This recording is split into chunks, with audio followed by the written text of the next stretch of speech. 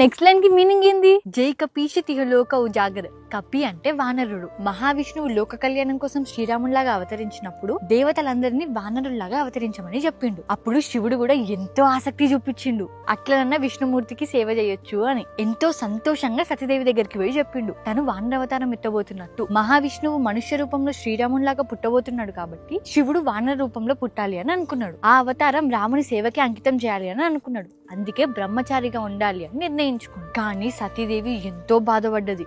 నా భర్తతో ఉండలేకపోతున్నా, ఇంత గొప్ప కార్యంలో సహాయం చేయలేకపోతున్నా అని. అప్పుడే సతీదేవికి ఒక ఉపాయం వచ్చింది. ఏందది? శివుడు వానరవతారం ఎత్తితే సతీ ఆ వానరునికి తోక అవ్వచ్చు కదా. అప్పుడు వాళ్ళిద్దరు ఒకే దగ్గర ఉన్నట్టే కదా. సతీదేవి శివునికి సహాయం చేసినట్టే కదా. అట్లా హనుమంతుడు శక్తి రుద్ర అంశతో పుట్టినవాడు.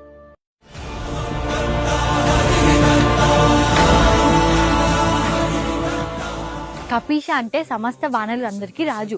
కానీ వాలి బతుకున్నప్పుడు తను వానరులందరికీ రాజు. ఆ తర్వాత సుగ్రీవుడు వానరులందరికీ రాజు. మరి హనుమంతుడు రాజు ఎట్లా అయిండు?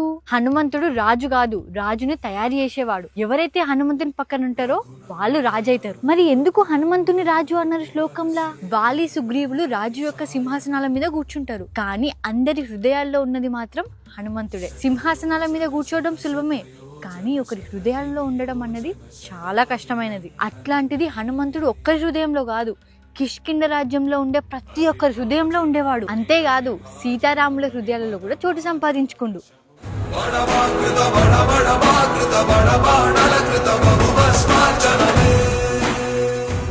శత్రువులకు కిష్కింద రాజును చూస్తే వచ్చే భయం కన్నా రాజు పక్కనే ఉన్న హనుమంతుని చూస్తే కలిగే భయం చాలా ఎక్కువ. అందుకే జై కపీష అని అంటారు. తిహులోక ఉజాగర గురించి తర్వాత తెలుసుకుందాం. జై బజరంగబలి.